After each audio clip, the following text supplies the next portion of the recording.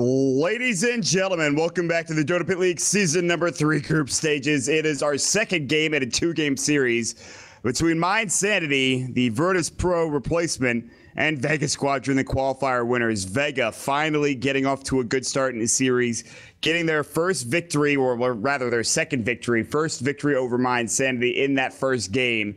And they did so in convincing fashion, almost obliterating mYi in the span of about 20 minutes, maybe even a little less than that. mYi going for the all-range Drow Ranger, a lineup not really working out in their favor whatsoever. Vega Squadron with that aggro trial lane decimating the lineup of mYi. And with that being said, game number 2, the draft underway. Joining me today, as always, Pitmunkle, our production manager. We've got Quantum Stats here, a good friend of mine, jumping into the stats booth here. And as always, F4L joining me today. How are you, F4L? Doing pretty good. Hopefully we'll see a better game in this one. Not that, what was it, like 24-minute absolute just crush from Vegas. So yeah. But mYi starting the draft off extremely differently. Go for the Troll Shadow Fiend. Vega going for something extremely similar, picking up that Juggernaut and the Night Stalker. Most likely going to be that support Night Stalker like we saw in the previous games. So what do you think so far about this draft? Like the Troll Shadow Fiend instead of... From a pupper's perspective, from somebody sitting at my MMR, Troll Warlord has been the bane of many teams' existence. And it's very, very hard. And also, it's not just that. I've been watching a lot of NEL recently. I've been casting it almost daily. And if there's one thing I know and notice... Troll's broken that league. Yeah, it's that Troll is universally hated in NEL. If you are a Troll picker, people will call you out. I've seen MSS and like Universe call people out on Troll picks. Like... And MSS coming back and carrying a game that was one of the most ridiculous Dota games I've ever seen about 2 days ago. And it's just... And just in general, Troll is very, very strong. There's something about him that needs a nerf. I'm not sure what it is. It might be the mischance. It might be the bash. It might be the fact that whirling axes do literally a shit ton of damage. I don't know. 60% mischance? It's actually ridiculous. Yeah. Like 60%. Ice Frog, please. Looks like they're going for some sort of like cheat. Not really cheesy, but like a Chen push strat with the Shadow Fiend Troll Warlord. This is almost like DAC secret type of draft. Although it does have a troll, which wasn't a hero that secret were playing back then, but you know, sort of the same idea. Gonna want to push down those safe lane towers. I think Troll is one of the better heroes actually to incorporate with the jungler, as it's extremely strong in the lane, so you can effectively zone out an offlaner with just those two heroes, like whatever support you pick with the Troll. I mean, even Troll by himself is usually enough to have some effective zoning, so... I mean, you can't really run at him. You can't really run at Troll, because he's just going to run at you right back, and when Troll runs at you, you know you're in for some shit. That's just how it goes. That's just how the hero works. He is quite... the hero when it comes to early game aggression, and he is the one thing I will say about Troll is that early on in the game, if you do run at him and if you do somehow catch him out, he's like any agility carry. He is sort of paper thin, doesn't have the most HP in the world, but the thing about him is that he farms a phase, Coin Blade, Morbid Mass so fast, then he gets up to that S and Y. Those are the items that I think almost every Troll Warlord in existence has built from the beginning of time. It's just like the easiest build-up. And the problem, I think, with playing against the Troll, he buys the Phase Boots, Aquila, like you said, Morbid Mask. He has all of that before 10 minutes, and then he just walks into his jungle. And then you're like, well... now it's no longer so easy to gank this hero. You know, if he just had to sit in the lane and farm, it would be a lot easier to shut this hero down. But he just walks into his own jungle, and going into there is a lot more risky. And so teams, you know, opting just, you know, we'll just leave the Troll in there, won't gank him. And then you have this other problem where, is he jungling? Is he roshing? Like, where is this hero? So Rosh becomes a much bigger problem to scout, and...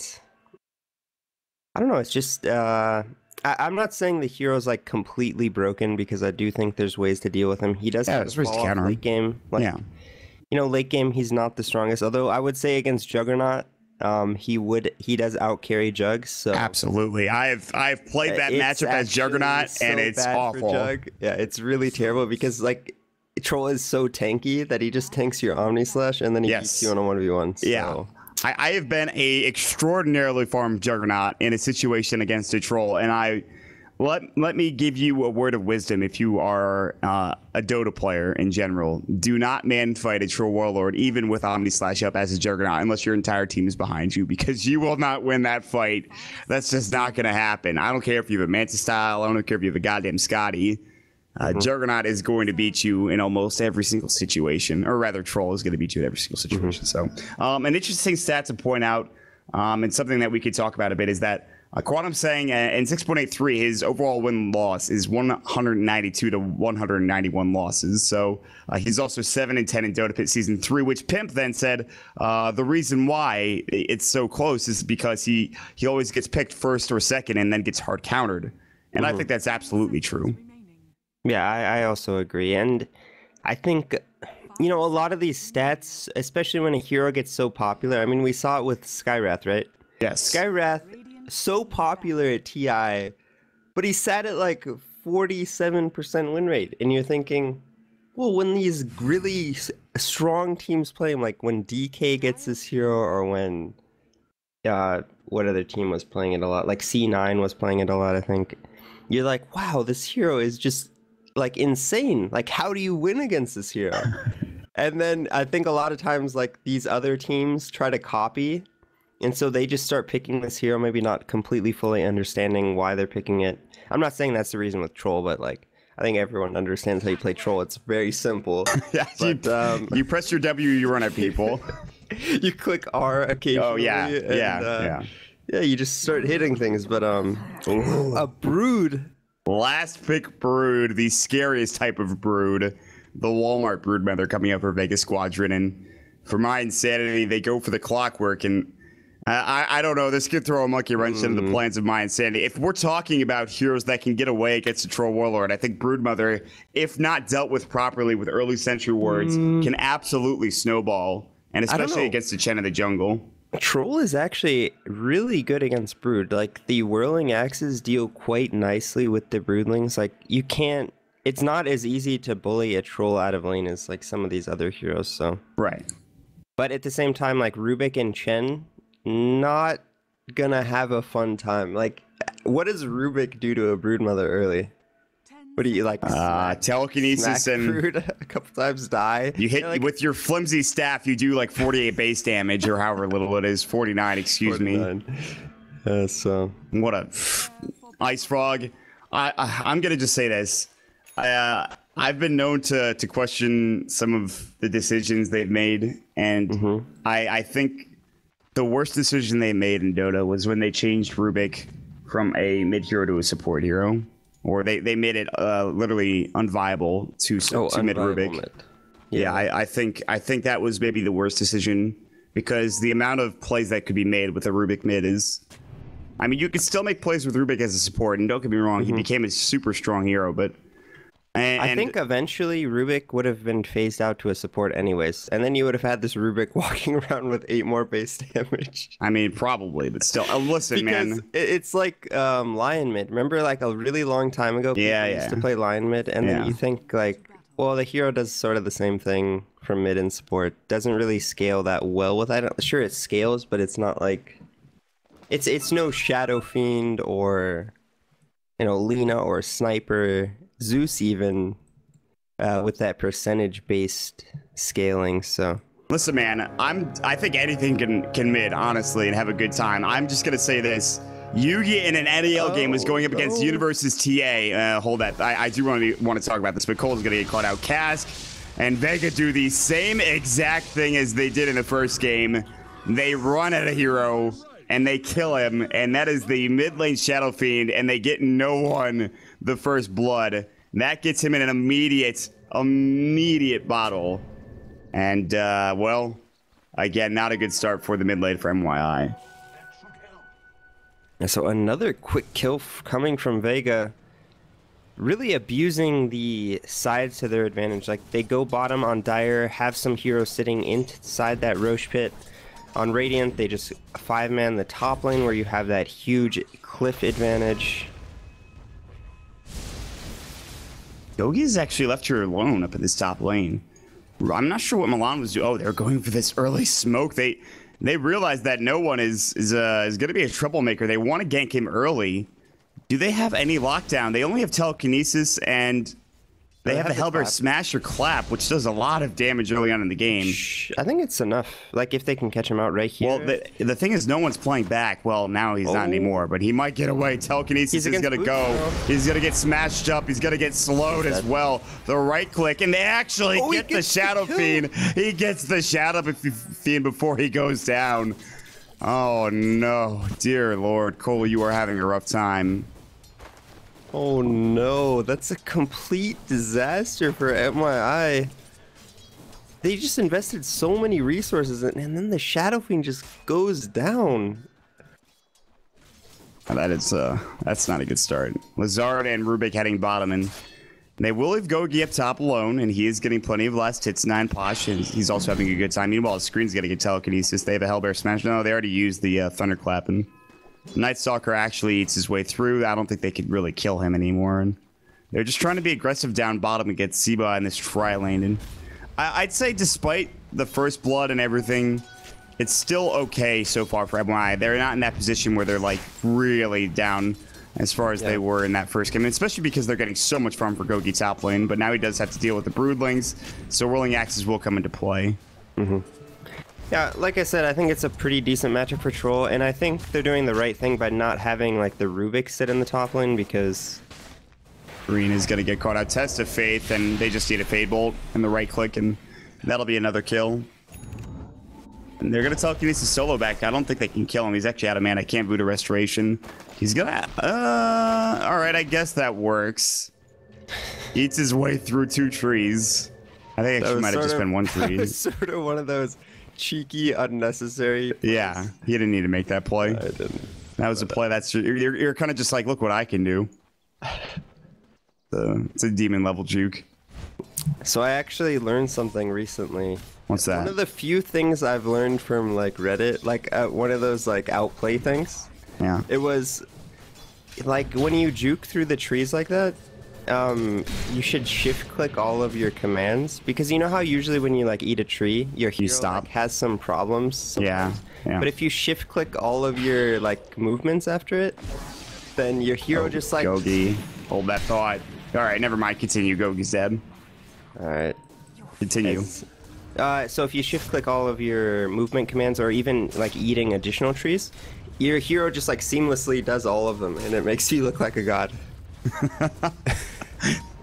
I'm gonna have to do that from now on. That's kind of hard though, because I don't know, shift clicking for me on a normal basis is kind of difficult, and for I think most people around that kind of MMR range, 3.5 up there, like shift clicking becomes kind of a nuisance. But at the same time, it's something that you definitely need to do and definitely need to work with. Meanwhile, Centaur Conqueror Stomp actually missing on screen. Telekinesis, huge Stomp's gonna connect the screen. He's gonna get caught out. Raze is gonna miss, and they almost get the kill, but it actually just turns nighttime, and that probably saves his life. Yeah, that additional movement speed. 20%. 9 Posh almost going down. 28 HP.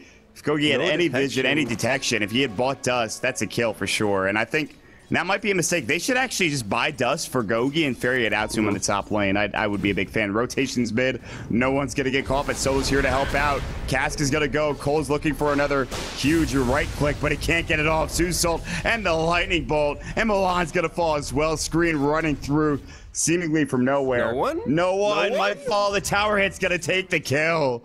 They didn't take the aggro. They're too busy chasing after Lazard. Void is down. The last right click from Solo. 3 deaths on the side of mYi. They do pick up the kill, the tower kill onto no one, but still, well played. I mean, no one did. There's like no reason for him to die there, but anyways, still very strong for them, getting a 3-4-1. Gogi, you know, pretty much having a nice time in this top lane. I do think they should actually just give him sentries and maybe not dust, because they give him sentries, he can actually just attack these spiderlings and then whirling axe them whenever he wants. It's pretty nice to have that ability. And I'm not too sure why he's using the other form of the like ranged axes, because I think he thinks he's going to do enough damage to kill the spiderlings, but maybe he didn't have enough mana for both, so yeah. He has the Basilius, I'm sure he'll pick up a kill. He's actually going home or going to meet somebody. Milan has a clarity. Lazard has, he could send him home. No, Gogi's literally walking back to base. I'm not sure about that. I think there are a number of things he could have done. He could have gotten something ferried. He could have gotten a clarity from Milan. They could have sent him home. Instead, he chooses to walk back all the way and then TP back to lane. Mitch is going to get in some trouble. Omni Slash connecting, and they get the kill with the Zeus ult. Nice KS from no one, although I don't know if it was a KS so much as a kill secured.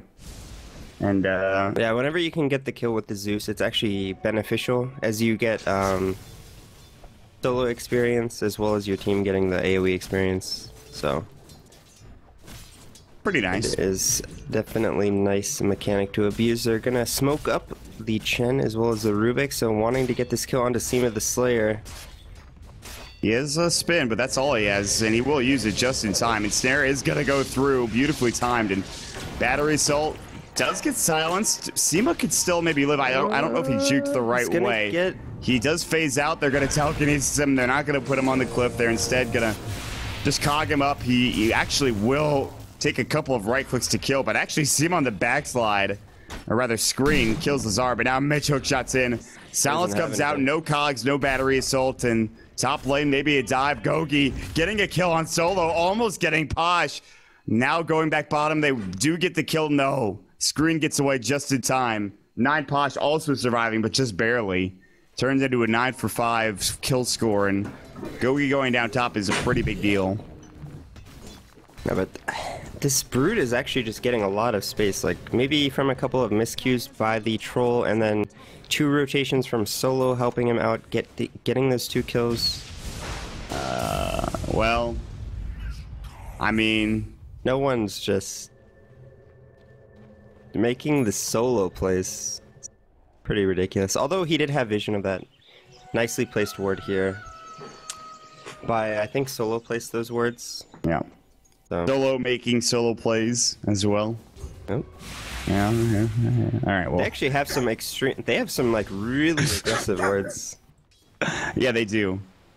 They have this ward place mid, which I really like behind the tower, which allows them to see, I think, vision of who's keeping in and out, or maybe not. Yeah, it gives a little bit of vision. And then depends where they TP. It's mostly just so you can see who's coming to mid lane. Yeah. They're going to find some creeps. Hook shot in coming out from Mitch, but that might be not the best thing. Telekinesis actually gets the kill to no one. And in the meantime, Screen chasing after Milan as well as Lazard. They have to pick and choose who they're going to chase down. It's going to be Lazard actually juking through the trees. There's the Void, the cask finally going through. 1 right click, cask bouncing again. Oh my god, those freaking creeps, man. Oh. He's going to deny himself. Oh. No, the long range right click from Solo. Oh, how does that happen? Deny. Yeah, I was so sure that deny was going to come out, but what was that auto attack range? That was not 600. No, it most certainly was not. Whirling axes again. Gogi with the sentry ward, almost getting all of them, but he was like 2 whirling axes. Finally give him the sentry ward. Probably should have given it to him a bit sooner. Like, I think you can probably just end up like straight up win this lane if you get them early enough. Like, we saw him get the Brute really low a couple of times. Ooh, Gogi taking some damage. 9 Posh out of mana though. Midas for 9 Posh, by the way, something we should note. Boots as well, which you usually didn't see not too long ago, but they're going to find poor Lazard in the jungle, and 1 more Arc Lightning will do the job. But they actually get the kill with the Void, and he's on killing spree. Silenced on Mitch, who was about to hook shot. Can they find any way to bring him down? Lightning Bolt, no Zeus ult available, I don't believe, but Mitch gonna fall with the Void. Screen, they missed the second raise. Cole cannot get the kill, and now Cole is in danger of dying. No one actually has just enough mana to Lightning Bolt again. When they need to get a cast off or something, Buddha Restoration Raise is going to come through. What a raise! What a double raise! The double kill. Cole with the turnaround. Well played indeed. This Void, it will get the kill, but after that sick play from Cole, oh man, they had to shut him down. Their screen is at 12 HP. Oh, the juke. The juke. Will it be enough to catapult? Nice deny into the small camp neutrals. Not the easiest camp to get to an attitude, but when you have 15 HP, anything will do. Wow, what a play by Cole on the Shadow Fiend. That was like really impressive. Gets a double kill. Oh, Whirling Axes. Yeah, I mean they stacked up though. Yeah, I mean look at he's 2 and 5. Yeah, I mean he has to get that kill. I think Gogi's dead in the top lane. Yeah, but Posh might fall as well. Flair's gonna go through. I think he's near a Sentry Ward. Hook shot only connects on a Spiderling. And Nineposh is like, I still have insatiable hunger, man. Mitch is gonna get cast up. Mitch gets silenced. Mitch, buddy, not your best play. Yeah. Milan is gonna get chased out. Telekinesis gets the Blade Fury. Midas is, but the Voodoo Restoration keeps him alive. Milan getting voided up. They might have to send him back. I don't think they can. Death Ward coming through, but gets canceled by, I think, I don't know. I think he got voided. I'm pretty sure. And doesn't matter. In the end, they get 3 kills up in this top lane, and it turns into a disaster. And the tier 1 bottom is getting pushed by Seema the Slayer, who now has his mom and will take the tier 1 for absolutely nothing. Oh, this brood's just out of control right now. 3-0-3. They just keep rotating up just enough support so that he can do whatever he wants. Gets the solo kill onto the troll. And at this point, what hero do they really have to deal with him? Maybe the Shadow Fiend, because you can raise the Spiderlings.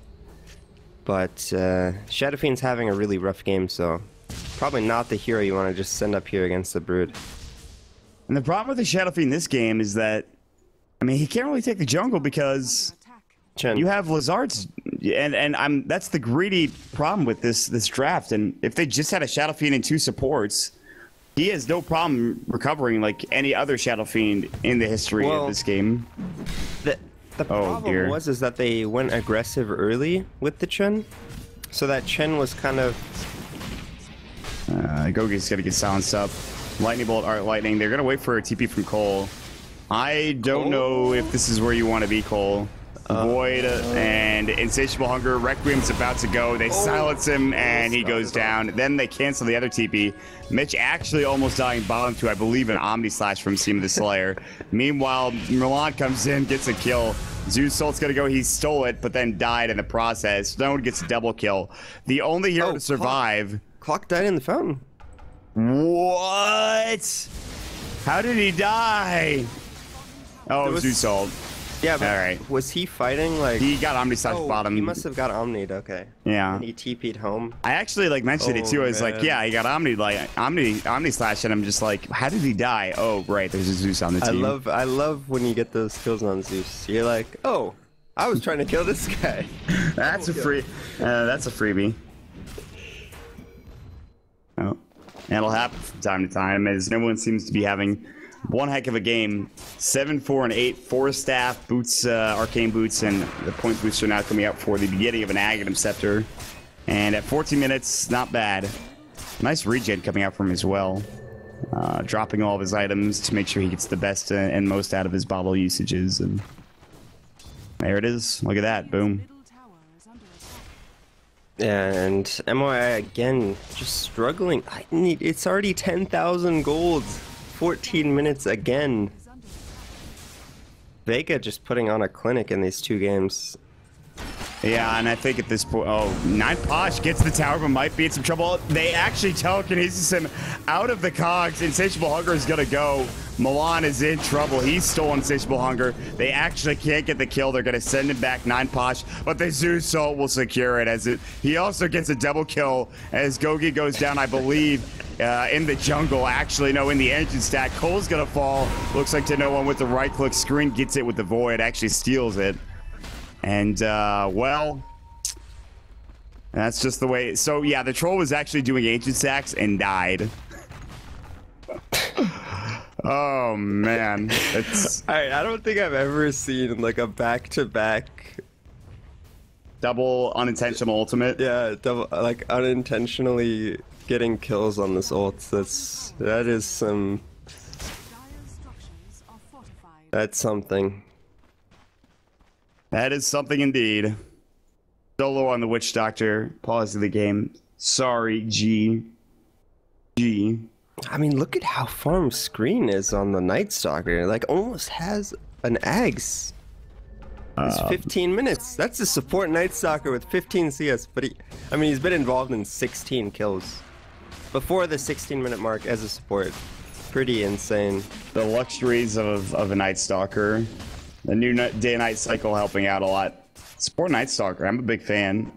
I would do it in pubs if I wouldn't get flamed to living hell, and if I wasn't terrible at Dota, but that's just the way it goes, I suppose. Although I will say I've gotten a lot of MMR in the past couple of days, so thank God for that. Meanwhile, green. I just can't play solo queue. Yeah, I felt that way for a while. Gogi does get the whirling axes off, so the miss chance is there. Omni Slash is gonna go. Death Ward as well. They don't really care about the miss chance, and then the Zeus ult again, securing the kill. I wish someone else on the map died from that. I would have lost it. Was anybody else low? No, they were all like full HP. They're all full. Lazard, I mean, if they get an Aghanim Scepter, what's the damage with an Aghanims? It is 640, and Lazard has like 800 HP, I think. No, 700. So if he literally takes like one right click from anybody, he dies. I mean, he does have magic resistance as well, but if still though. Zeus? Yeah, he's 640. He's Bloodstone. Oh, darn. Yeah. I'm actually kind of upset about that. Also, I just want to point out the Spiderling army in the top lane. I would take a look at the masterpiece that is this Spiderling army. Yeah, that's going to destroy this tower pretty quickly if they don't do something about it. Book 2 as well. He's probably just going to pop that and get this tower. Like we said, who can they even send up here? Like, I think it's too late to like put the Shadow Fiend now that he has the Book 2. Like, he's just probably going to die 1v1. There's no one hero right now that can just spam out these waves. DC coming through from Lazard. That's a bit unfortunate. The Paul is coming out immediately as well, and it's top really tier 2 towers gonna die, but it's another game where mYi do not have these AoE teamfight ultimates like to come back into the game. So you know, when you fall so far so fast, like you need to have these comeback mechanics, and they really don't have them. Like Shadow Fiend, probably the only ults that's going to get them back into the game, but he's going to need like a BKB blink to get in position to get a good ultimate, but going to be very difficult. I think Vega would have to throw quite a lot, you know, dive too far a couple of times, maybe get like 3 or 4 man wiped while mYi lose no one. You know, that would have to happen at least twice, I think, for this game to get it back into a place where mYi can come back. The good news is that it's not the game, you know, where it's a Drow Ranger who, like, you know, you have to snowball. It's just, it's one of those situations where you do have heroes that can take over. I mean, in the late game, like, they certainly have an advantage, but both of these cores are really struggling. Like, 1 in 6 on the Troll, 2 in 7 Shadow Fiend. Oh, Mitch just got body blocked by Lazard Celeber Smasher. Yeah, that's a little off. And now the tier 3 tower top lane is in some trouble. They're actually fighting bottom for whatever reason. I think they've resigned to the fact that the Rax's top lane maybe just died. Do they have TPs? Gogi has one, Mitch has one, Milan has one. Okay, they all have it. Like team? Cole is walking back. The Raxes are getting destroyed. They have Glyph still, thankfully. 9 Posh, I think, for a second, actually wanted to turn. They are going to turn. Omni Slash. Milan actually stole it, by the way. Gogi walking in whirling axis. There's the other Omni Slash, the real true Omni Slash. 9 Posh gets the double kill, and the GG comes out immediately after. We've seen some quick games, but this series in particular has been a complete and utter stomp for Vega. And I don't know what else to say other than that, F-World. That was something else. There's not much else to say. I mean, just dominating performances. Like Screen on this Night Stalker, he just goes cam every game. And sometimes I've noticed with Vega, like if they have a good early game like this, they will beat any team in the world. Like I think we've seen them like playing some tier 1 teams even and beating them with this stuff like the Night Stalker. If they can, you know, get rolling early, there's not much you can do. Like when you have a support who just can do whatever he wants, you know, he has 9 armor, like 1100 HP, runs so fast, and just Screen and no one on this Zeus playing out of their minds this game. Really solid performance. And mYi, again, falling behind, no real comeback mechanic. You know, when you have this Chen Rubik support duo and you're going to roam around, it has to have some success early. They did have a little bit of success. You know, they caught out Screen once, but just was not enough. Did not get up to an early enough lead. And I think the Brood was a big bane of their existence as well. Yeah, absolutely. The Brood Mother in that top lane, although Gogi did have a solid lane up there, 9 Posh. I mean, that's the problem with the Brood Mother, is that you kind of don't anticipate the amount of damage she can pump out early on in the game with those Broodlings, but boy, did she. And they had really good rotations. I'd say, honestly, in my opinion, Screen, I think in both of these games, it had been a big driving factor as well, as to their victory. So, well, with that being said, folks, we have a bit of a delay before our next game. It's actually going to be at about an hour and 40 minutes at 2 p.m. Eastern, or I believe it's 1930 CET, and that'll be Team Tinker, rather 19 CET. I believe it's Team Tinker versus NIP. A big match for Group A coming up. Of course, I'll be joined by Trout then, so that means F4L, I believe, has to head out here a bit early. Any closing thoughts, F4L, before we head out? Not really. I mean, I hope to see Vega like continue to play like this, because I think they can, you know, take games off of these higher tier teams. So we'll have to see how they do. Do you know who they have left to play in the group? Vega? Yeah. Yeah, 1 second. I can actually check right now. Let's see. They've played up against, so they have to play Hellraisers, and that's it. That's all they have to play against. Oh, Hellraisers. Yeah, just Hellraisers. Yep. So that should be pretty interesting. Maybe they can. I think if they win like 1 game out of that, they've pretty much secured like not being eliminated. So yeah, because Mind City are now 1-5, and Vegas Squadron move up to 3-5. So now Mind Sanity put in the last place as well. But Group B, we'll have to see how things shape up. But now we have to turn our attention to Group A, as Team Tinker versus NIP is next. Guys, if you've enjoyed the broadcast, make sure you check us out at HighGroundTV. HighGroundTV bringing you the production as always. Pitmuckle, he's the one doing all the work behind the scenes, helping us out, calling for the kills, and he's actually just so amazing at it. Check him out at Pitmuckle on Twitter, and then check, of course, out F4L at F4L Dota. Also, we have Quantum Stats. Check him out at Quantum_Stats, and then, of course, for me, you can check me out at ModDota.